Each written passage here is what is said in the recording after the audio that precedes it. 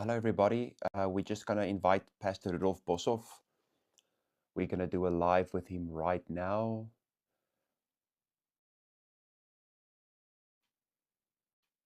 There we go, yeah.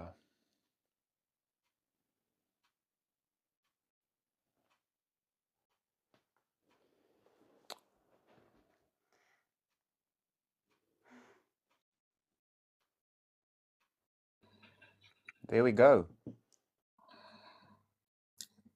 There we go. Okay, I cannot see your face. I can hear your voice. How do I activate the video for this? I do not know. Microphone. Camera? Why is the camera off? Can't turn on. Hold on. Okay, also have access to join with video. That's odd. Hear your voice. You can. That's odd. It says can't turn on camera because Rudolf Boshoff at Leeson doesn't have access to join with video. How does that work? Video, ring, voice rings, modify, microphone, camera? That's just odd. Oh, okay. So they say you don't have enough followers, but that's fine. Let's just do it like this. It's okay. If you're okay with it, can you see me? I can see you. It's going Okay. to be a bit impersonal, so sorry about that. No, it's fine. So the reason is I actually asked Pastor Rudolf, I think it was yesterday when I asked you to download TikTok. Yeah, I don't have TikTok, yes. Yeah, so he got TikTok yesterday. That's why he doesn't have a lot of followers.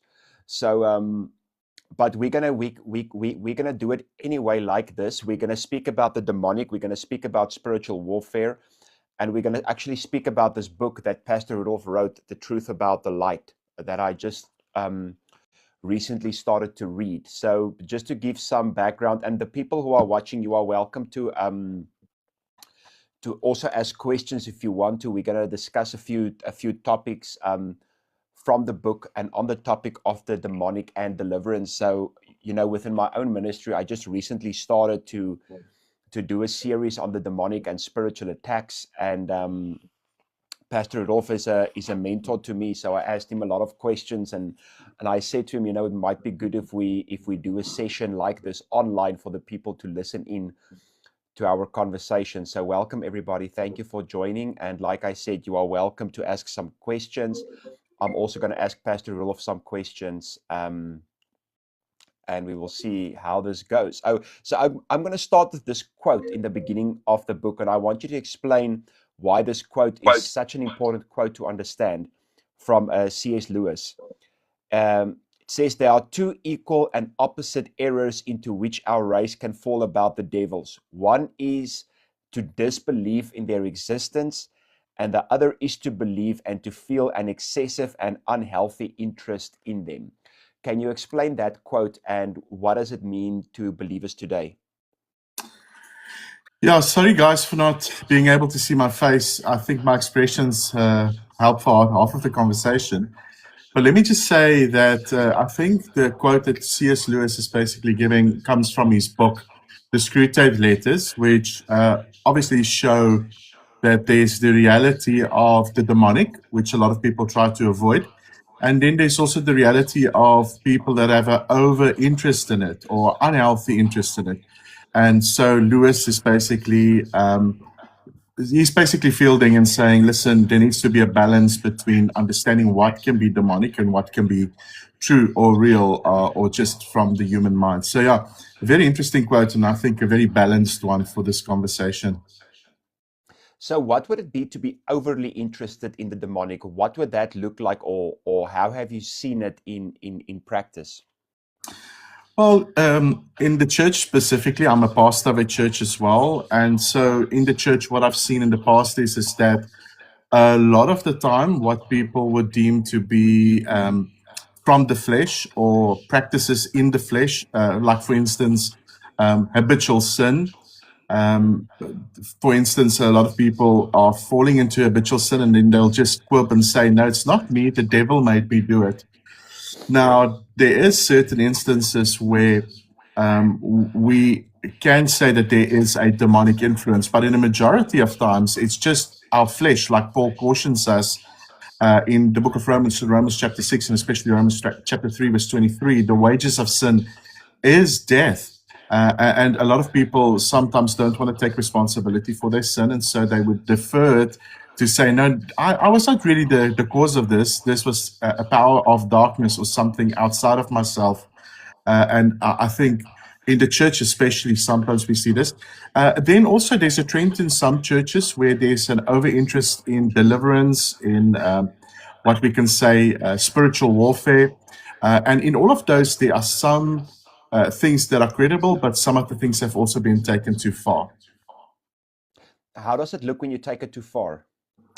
Well, again, you get some people, and I think in my book I lay it out quite directly. You get some churches, for instance, when they move into a neighborhood, the first thing they do is they try to ascertain what demonic forces over the neighborhood and what strong man should be conquered, etc., etc. Well, in reality, we already have conquered because of Jesus on the cross. And Colossians chapter 3 and Colossians chapter 2 tells us that we are more than conquerors and that Jesus already defeated and made an open display of these principalities and powers on the cross. So for us, we should enforce the defeat. We are not coming into a place where we suddenly have to make a way or fight a way or determine a way outside of ourselves. We simply enforce what Jesus has already established. So that is basically one element. I think that in the church have sometimes gone too far. The other one is also, again, like I said, the other extreme is to totally say, well, the demonic does not exist. If you look at demonic oppression and possession, it is simply people struggling with epilepsy or some medical issue, but there's no such thing as the supernatural and the demonic. And both those extremes have been evident within the church. An anti-supernaturalist bias and then an oversimplification of that which is demonic. So we actually do see Jesus himself casting out demons in the Bible. Why are there Christians today who still believes in God, who believes in Jesus Christ? They are Christian, but they still don't believe in the spiritual world. Why do you think that happens? I think in our culture today, there's unfortunately the anti-supernatural bias that I've spoken of. There's a lot of pressure to give a natural cause even to spiritual things. Because we live in a scientific age where people think that if you can repeat something, it gives it some sort of credibility and some handle to explain what it is. And I think some churches have fallen into that trap to dismiss wholeheartedly certain elements which we would class to be supernatural and outside of the normal norm of the medical realm.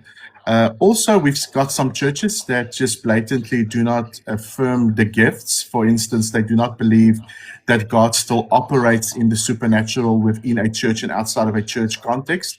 And therefore, they would say that was something for the apostolic age, for God to prove and show exactly that his kingdom has arrived in the first century, but it's not something that is for all time in the church or in church history. The problem with that is that you have to sort of predicate and say that passages of scripture that we find, for instance, in the book of Acts, and passages that we find, for instance, in the book of Corinthians, which explicate some of these gifts, you have to play it down and you have to, in a way, say that those things in the Bible, they are simply descriptive of the time, but they're not prescriptive for our current Christian life and living. And I obviously don't think it's true. I think it's given for us to show us exactly the credibility of spiritual things. And it also shows us that Christ has given us delegated authority and we can have power over spiritual bondage, which is still in lay people, clergy, and also people in outside the church. So yes, I do think it is still evident around us. Well, you mentioned something about repetitive or something like that, which almost sounds a little bit like New Ageism or the occult, if I'm correct in understanding what you said. But also the Bible does speak about mindset, and for those people who know me, who follow my channel, I speak a lot about mindset, and I speak a lot about even imagination and your thoughts and the importance of your thoughts, which is something biblical. What would be the difference between healthy biblical thinking and going into something like New Age or occultism? Yes, I think the one vests itself in the metaphysical cults. In other words, it puts, for instance, elements like mind over matter, having the source of power and enlightened being in oneself above what we see in the Word of God. And what I love about your ministry is you say, yes, there is some credibility in certain things that you can do, but ultimately, the source of power and the source of truth by which we deduce these elements from is Sorry, I think I directly lost you from there. I God. cannot hear you for some reason. Oh, can you quickly say that again? Sure. I just said that once you look at where the source of power comes from, the one has its roots in the metaphysical cults, which is basically an endorsement of mind over matter, finding the life and truth in the source of yourself, ascending yourself above all given realities. And the other is then vested within the Word of God, which says no, that all of these things that we experience it stems from the root of who you are in Christ, who God is, and ultimately how we bind ourselves to Him. So the one is actually saying, I'm using my mindset in obedience to God in basically the gift and the tool that He has given me. Meaning, in the one sense, I'm using my mind as a tool because God has given me the tool. And the other one is I'm using my mind to play God and create my own life. Yes, I think once we understand that there is value in understanding that there are certain things mentally that we are called to do. For instance, if we look at the New Testament, Paul speaks often and he says, cast down, pick up, set your mind. All these things are in scripture. So there's something that we need to do. But what we do is connected to the understanding that the source of our change is not in ourselves or in a psychological trick. The source of our change comes through us understanding that we have vested power within Christ and His Word, and ultimately that brings the transformation and the truth. Again, like I said, when we use the Scripture, in actual fact, the mind is included. It's not just a spiritual reality that we have to abdicate and we have to get sort of mind above matter. No, we include the mind, but we understand that delegated authority that which we've received in Christ. Yeah, and I'm also thinking about that scripture in Isaiah. I think it's Isaiah. Well, I'm not 100% sure. I think it's 23 verse 6 or something like that. But I don't think I'm not sure if I'm quoting the right scripture, but I'm quoting it correctly, which says, "You will keep him in perfect peace, whose mind is stayed on you." And I think a very important thing about the mind is to use the mind, or to use your mindset to trust God and believe in God instead of playing God. Am I saying it correctly? Yeah, spot on. I can't say it better. And here's the danger. Whenever we teach a principle that is essentially vested in my efforts and in what I can do, it only has half the measure and half the merit. But what we are saying as Christians is that when we vest those principles in the Word of God and we live as God have told us to live, we actually lean on what God has revealed. And so our strength and source of strength is in Him. So saying something like, I'm just going to put my mind to it, and when I put my mind to it, I'm going to attract it to me, is not biblically accurate. Yeah, there's a principle that have crept into the churches that is deduced from The Secret, which was a book that was written, and obviously a lot of influence through Oprah Winfrey and some of these mind gurus, where we are taught to believe that if we sit long enough in silence and if we practice the right meditative principles, good things will come to us. And I say, well, there could be a spiritual conditioning attached to it, which is detached from God, because even secularists can say that there are some value in that. But for us as Christians, we suggest that instead of vesting that in ourselves, we understand that obviously our power comes from a higher force, which is obviously God and His Yeah. Word. And I think, we have to clarify what's the difference between that, what we just spoken about, and what the Bible says in Philippians 4 verse 8, where he speaks about whatever is good, whatever is true, whatever is noble, whatever is praiseworthy, whatever is of good report, meditate on these things or think about these things. What would be the difference between the two? Yeah, I think in Christian meditation, we fill our mind. We basically go to the Word of God and we align our thoughts with what the promises are that God has given us and what God has required for us to do. And in, I would say, Transcendental and Eastern meditation, which is very popular these days, there's a call upon emptying the mind and emptying the spirit and becoming a vessel that deduce all truth from nothingness. Now, in and of itself, it does not make sense, right? But I think Christian meditation and Eastern meditation are mutually exclusive in the fact that the one stems from the source of the Word of God, and the other one stems directly back to a source of nothingness, which for me ultimately renders itself absolutely meaningless. Yeah, and I also think there can be extremes in both ways. And I think the one extreme here can be my mind will create everything in my life, almost like I am God. My mind creates everything. And the other one is, every single time I use the word mind, or every single time I use my mind, I'm in New Age, because you get people like that as well. Every single time I use my mind, every single time I use the word meditation or imagination, I'm in New Age. And I think what you're also suggesting is the Bible is speaking about a balance between using your mindset, taking responsibility for your thoughts, and then as well trusting God and not playing God yourself. Yes, I think again, and we've spoken. People unfortunately don't hear our conversations, but we've spoken about the Word of God saying to us. Romans chapter 12 verse 2 says, "Be transformed by the renewal of your mind." Philippians chapter 4 verse 8, we've spoken about Paul speaking about thinking about what is true, honorable, pure, lovely, and to be commended.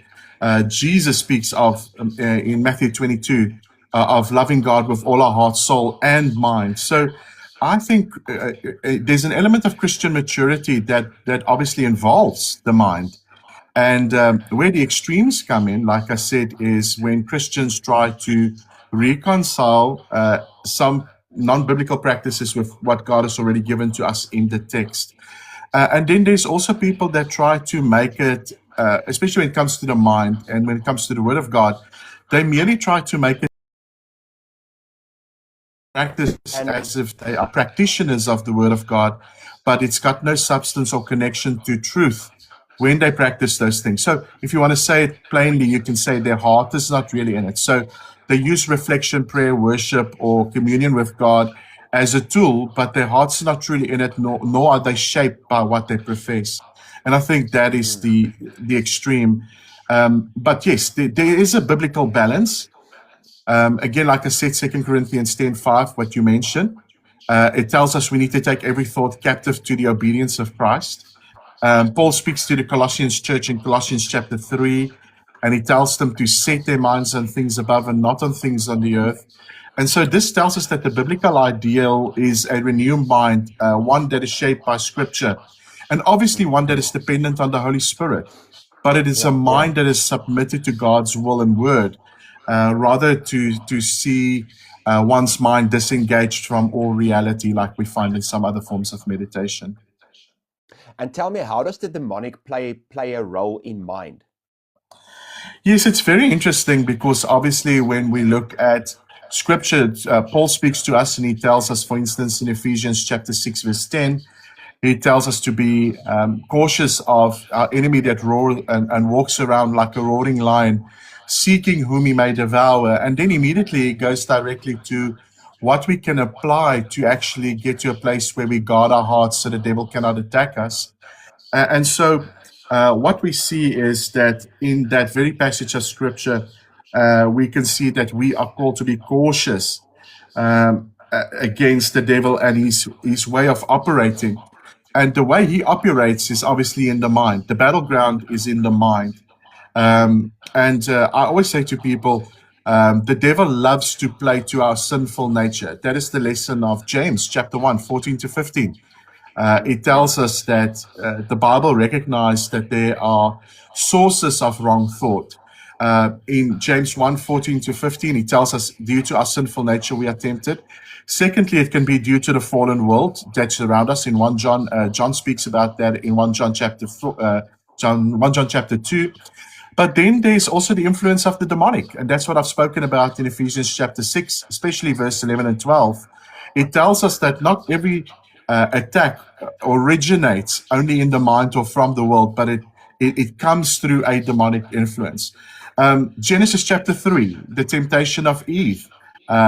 Jesus, for instance, rebukes Peter because he was speaking in Matthew chapter 16 thoughts which tells us was deduced by Satan.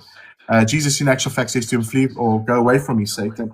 What about Judas in John chapter 13, where it says that there was a demonic influence in the life of Judas, who was one of the apostles? What about Ananias and Sapphira? When Peter actually speaks to them in Acts chapter 5, he says, why has Satan filled your heart to lie to the Holy Spirit? So Satan can fill a heart. Another passage of scripture which I also love is 2 Corinthians 4 verse 4 that says, the God of this age has blinded the minds of unbelievers. So yes, there is a battlefield. There is a place where the demonic can have an influence.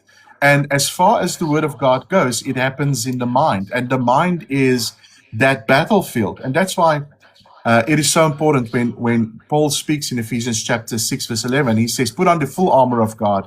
And then he says the following, so that you may be able to stand against the schemes, is in actual fact the word used in the NIV, I think, the schemes of the devil.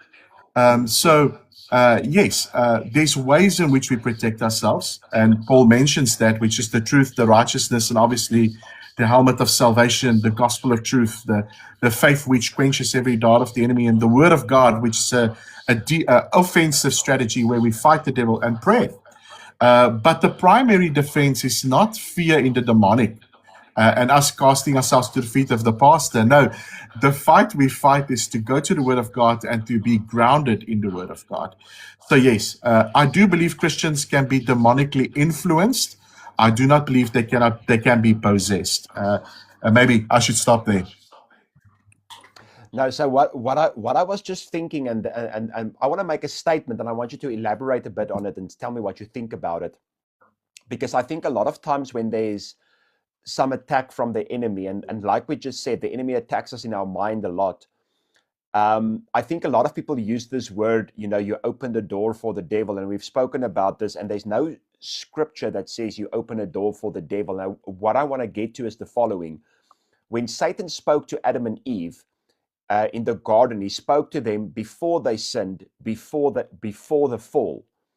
When he spoke to Jesus in Matthew 4, Jesus didn't sin. Jesus was perfect.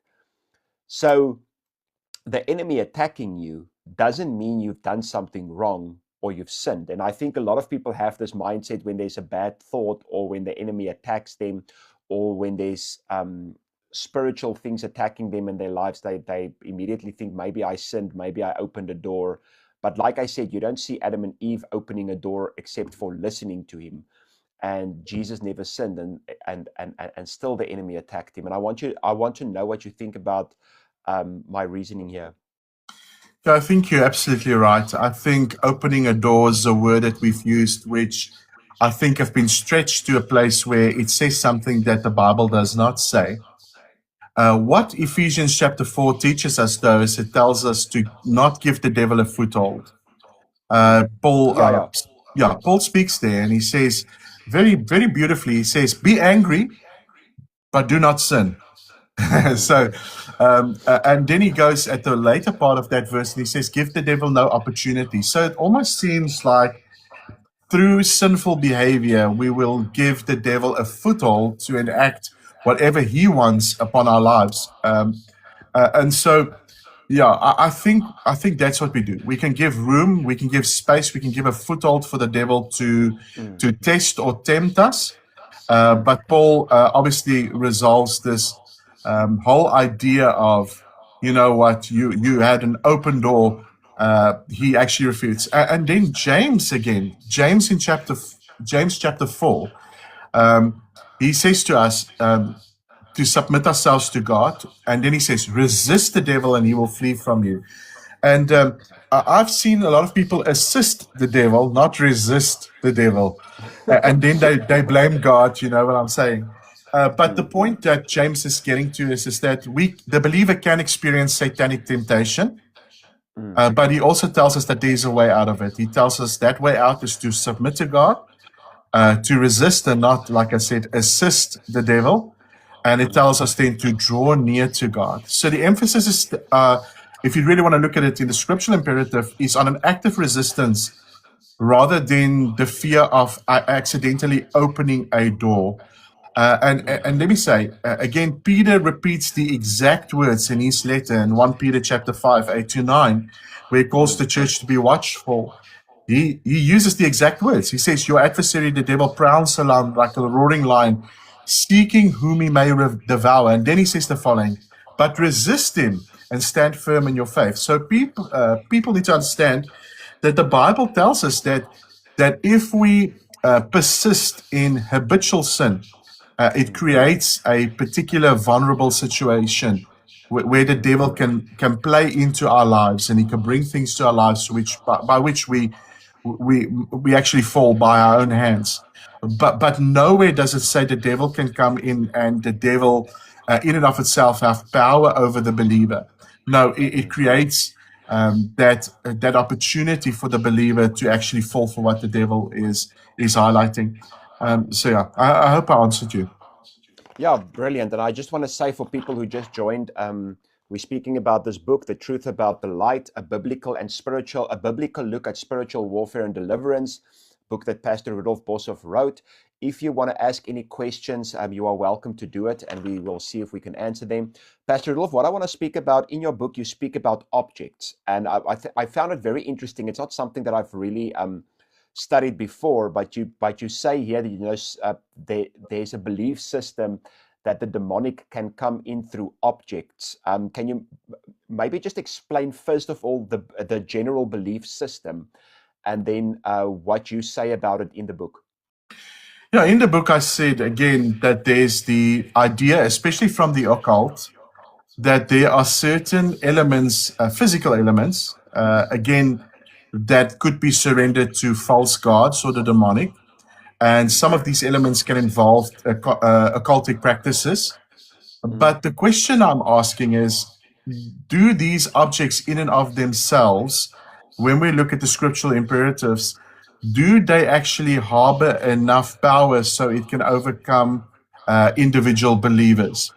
So I go into, and I call this objects, contact objects. In other words, it's objects which can really bring the Christian to a place where he feels defeated, or where he has to, in one form or the other, throw it out or destroy it before he can feel some form of deliverance. And again, for me, this concept has just been very obscure. And let me tell you why.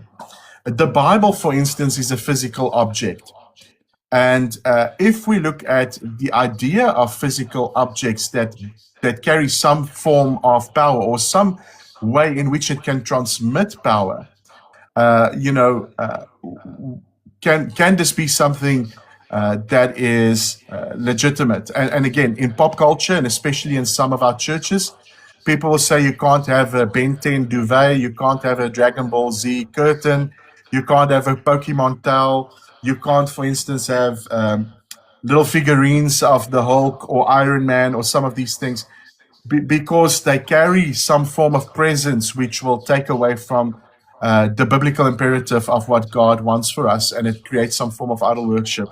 I say that the doctrine on contact objects lack some biblical support. And even though there are certain elements, obviously, in Scripture that we can see God used and endowed with certain forms of power, it is not a Christian sentiment.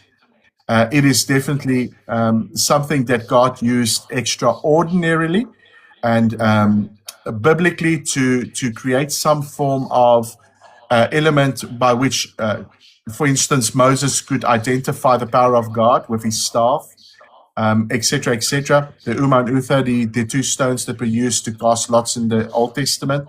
But in the New Testament, we've got a better way. We've got something more substantial, and that is obviously the Word of God. And we believe that the Word of God, not the printed book, the Bible, in and of itself does not have any supernatural ability.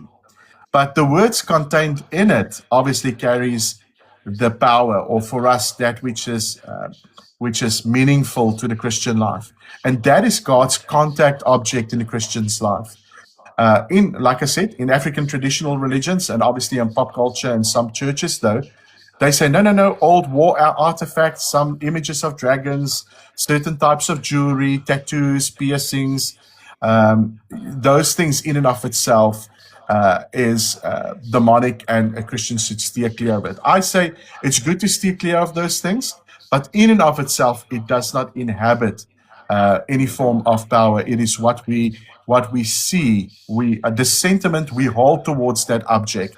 Like if it's an idol we worship, that brings the power to it. It does not have power by itself. But yes, let me also just say in preface, the Bible itself emphasize that we should not have any form of idols or practice any form of idolatry, and so yeah, those things I would say steer away from. But in and of itself, we are more called to cleaning our spiritual houses, which is our hearts, and we need to put away our sinful natures. That is what the Bible predominantly speaks about. Yeah, and I remember also, like you spoke in the book about the relationship you have with it. So say, for instance, there is an object that was cursed and now it's in my house, but I don't know it was cursed. I don't know about really the object. It's just there, but I don't have a relationship with it. It won't have an effect. But if there's an object that I idolize for whatever reason, because of the relationship I have with it, and because I idolize it, that will have an effect. Am I interpreting right what you said in your book? Yes, you're absolutely right. I do believe, like with idols, the idol itself is dead, but it's the sentiment of the individual which actually garners or gives presence or power to that object. So yes, I absolutely agree with you. Okay, and then I want to speak about generational curses as well. And can satanic influences use childhood trauma? I believe they can, but I want to hear what you say.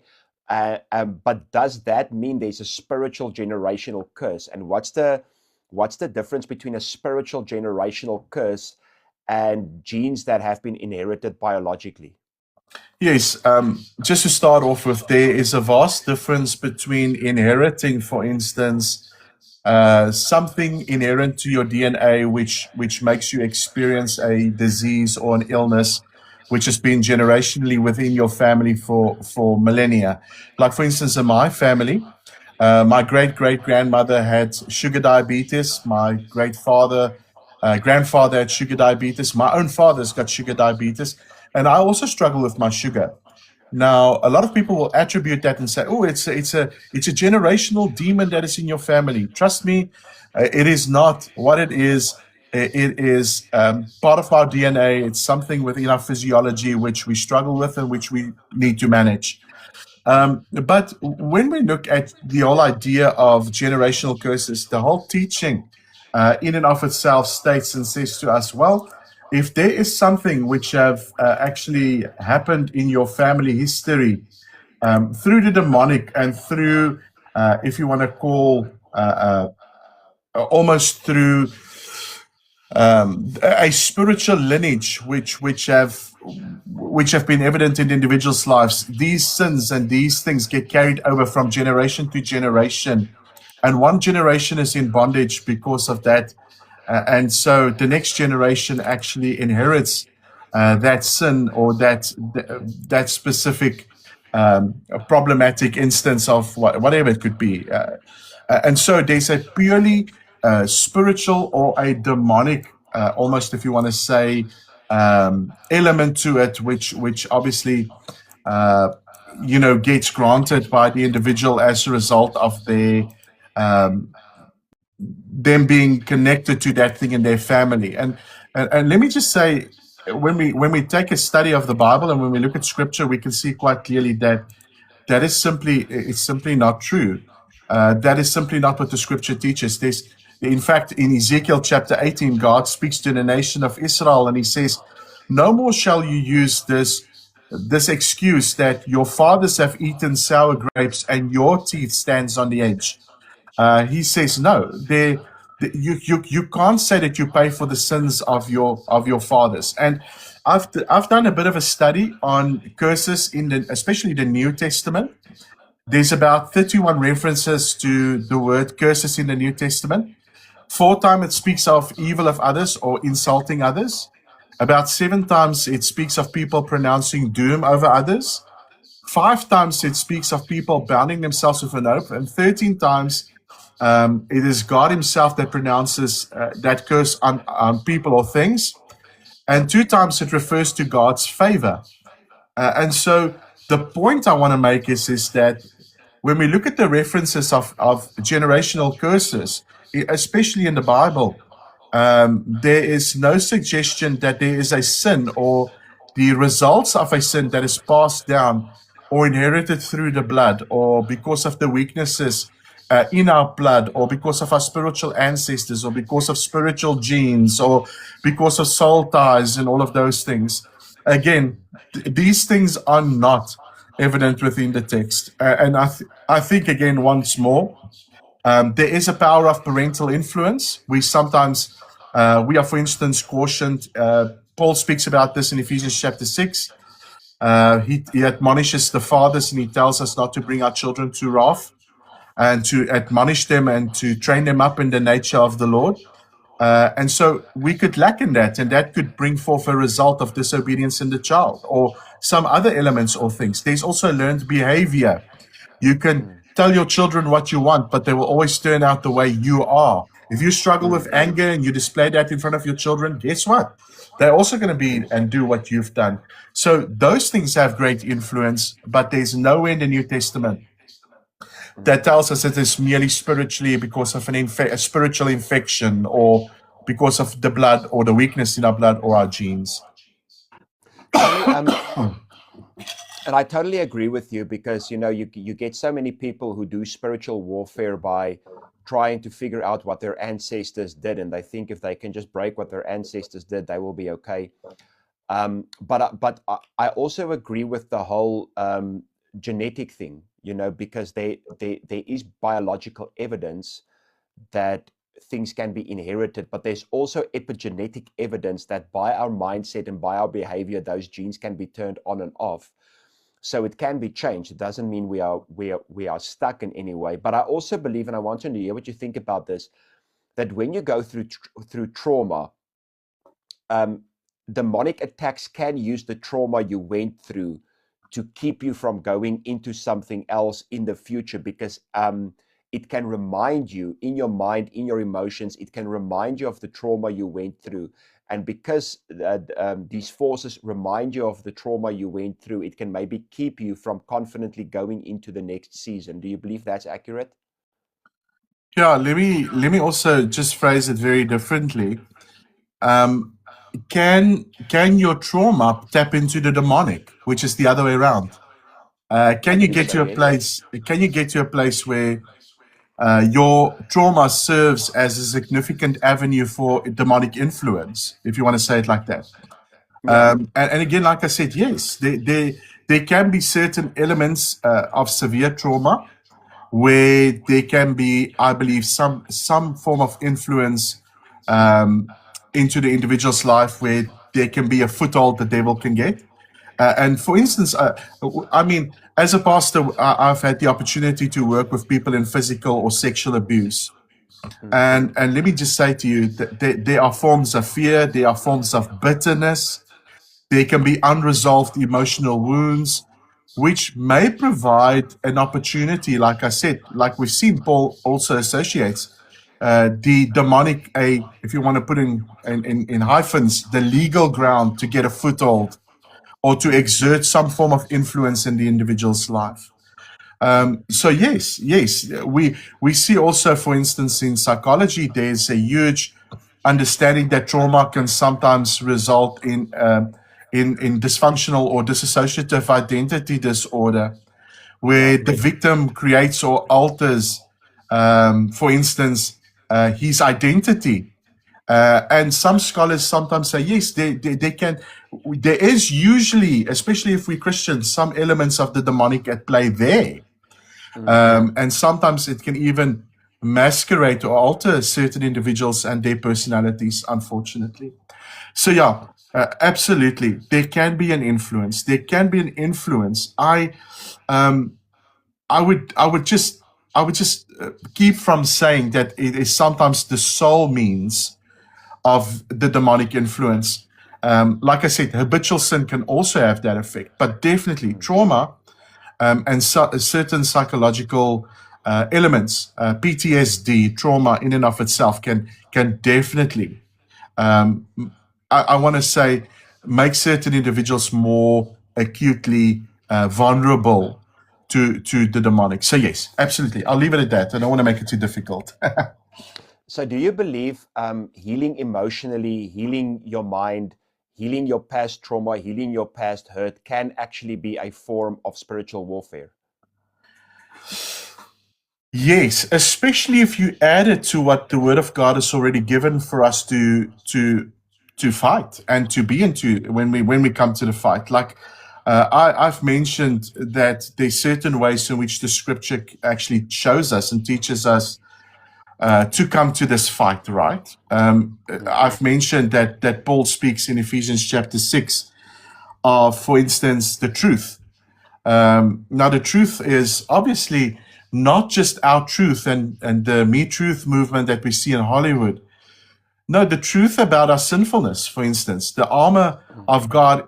First of all, when Jesus meets the lady at the well, he tells her in John chapter 4, verse 23, he says to her, the true worshippers that the Father will raise up is those that worship him in spirit and in truth.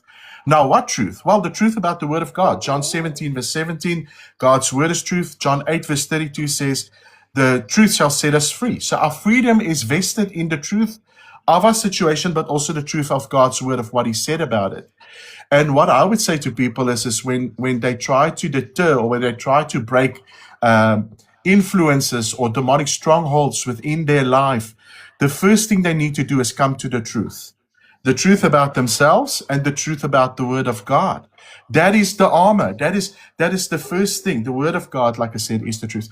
But then there's also, the understanding of the place of God and the Holy Spirit within, someone's life. There's no use in praying to God if you really don't believe that it will help. There's tons of songs in Hollywood written, Lord help me, Jesus, God save me, but none of those guys actually really believe what they sing. It is just a moniker to say those things. No, there needs to be an actual faith in those things that you say. And to sustain that faith comes by hearing the Word of God. Romans chapter 10 tells us, verse 17. So there needs to be a vestment within the Word of God. We need to understand the truth of God's Word. We need to understand that the primary defense for us to steer away from those things is, in actual fact, grounded in God's truth and God's Word. And I think that's where the difference comes in. So the key to spiritual warfare, as you are actually saying, is just believing and speaking the truth. Well, like I said again, nobody's sometimes vested in the things they say or the things that they read. And that's why prayer and a daily intake of the Word of God is so important, right? Because what we behold, we become. Yeah. If we truly push into God, if we truly vest and put our eyes into the Bible, what we do is, as the book of Corinthians says, we peer into a mirror for an honest view. But we do not walk away as the fool. Once we see the honest view, we bring our hearts before God and we say, Lord Jesus, whatever you've revealed, don't just leave me with that revelation of what is wrong with me. Please, Lord, bring salvation to that situation. Bring salvation to my heart. And it's interesting because one of the armors that Ephesians chapter 6 include is the sword of salvation, or the helmet, of salvation. The helmet of salvation has very much to do with the way in which we align the mind. And the mind is truly powerful. And like I said, throughout the scriptures, we are called to align the mind with the Word of God. And so what do you put in your mind? What do you reflect on? What is your prayer? What do you worship? What is the object of your worship? What is the application of the scripture within your life? If Paul says, do not get angry and give the devil a place to sin, what do you do about your untainted anger? Or do you revel in it? There's certain people, they love their sins. They're like a pig that loves the mire. And we should hate our sins because our sins ultimately harms us and it hurts also others. So yeah, I would say that is what the scripture says. Yeah, and we also spoke about, and I'm gonna end with this. We spoke about this whole idea of, the Bible speaking about Satan as the ruler of the world. I actually spoke about it last night at a session, and that when we say Satan is the ruler of the world, we're saying not Satan is the ruler over the believer or Yeah. over God's people, but over a worldly system. And I think what a lot of times happen is believers become so part of the worldly system, meaning they will spend a few minutes in the Bible in the morning, and then the rest of the day, it's the worldly system, it's the things of the world, and then they wonder, but why am I still anxious? Why am I still fearful? Why am I still worried? Yeah, and it's fascinating that scripture tells us that we are in the world, but we're not of the world. And we Yeah. are called to be strangers and pilgrims in this world. You're absolutely right. I sometimes hear pastors speak about carnal Christians or worldly Christians. Let me Yeah. just say the two are not. There's no such thing.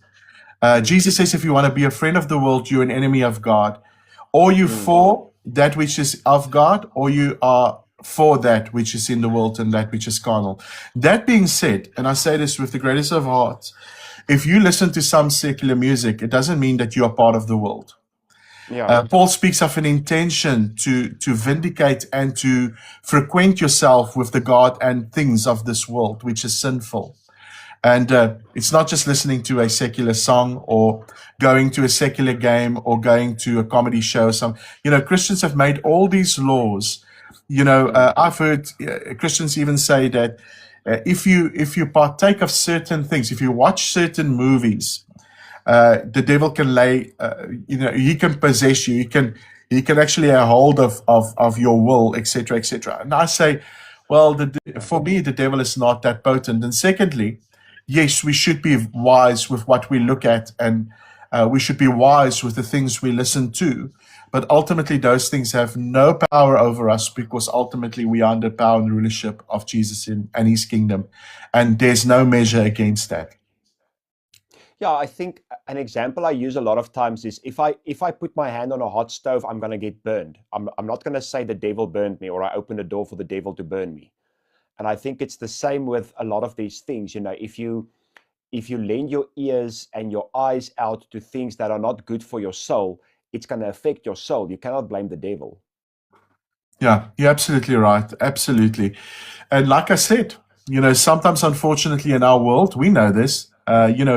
James speaks of this. He tells us that God does not tempt us with evil, but we are led aside. The original Greek says that we are drawn away by our own desires, and in that desire we fall into that place of wickedness.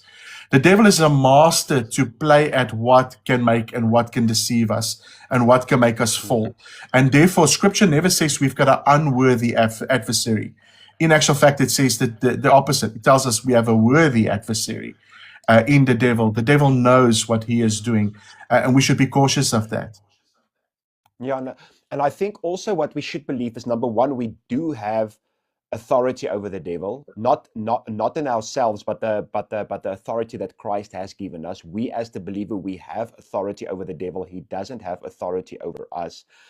And number two, God and the devil are not equally strong. I think people are. I think in a lot of people's minds, it's almost like as if God's world and the devil's world are like equally strong, and they are not. God is much stronger. God is much more powerful, and we have to believe that God is much more powerful, and we have to believe in the authority that we have. Absolutely, that is so true. And remember that the Satan of this world only has usurped authority. He has no power in and of himself. Whatever he has is usurped, like we see with Adam and Eve. And sometimes I call it that the devil an illegitimate tyrant. In other words, he is not the rightful owner of certain things, but he's taken possession of that because we've handed it to him and we've given it away. And so humans become captives to the dominion of sinfulness, and by doing so, they are in rebellion towards God because they found within the kingdom of darkness. And I would say the following. I would say if you are stuck in a place where you experience habitual sin, if you are stuck in a place where you truly cannot escape your sinfulness or pornography, watching pornography or stealing, etc., it might be that the devil is a squatter in your will. and you've handed that over to him to such a degree that he can possess the scepter of authority over what you do and what you do not do. And then you need help, right? You need to come to a place where those things are vindicated and those things are prayed for. And I find this, that Christians in, again, habitual sin, the devil uses it as a way to make them stumble, and he also uses it as a way for them not to grow. And they get disheartened. They feel they've disqualified themselves. And I would say the following. I would say, get to a spot where you rather say, Lord, you know what? I want to walk in total obedience and total freedom, but also total victory of my own life. I don't want anything outside of myself, be it eating, drinking, pornography, any sin you can think of, gossip, whatever. I want to rule that through your spirit. I don't want it to rule me. In doing so, you take back that legal authority which is vested and given to you by God.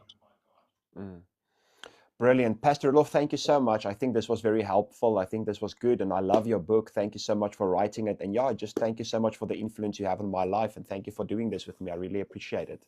It's an absolute pleasure. Cool. I'm looking forward to see you soon again. See you again. Thank you.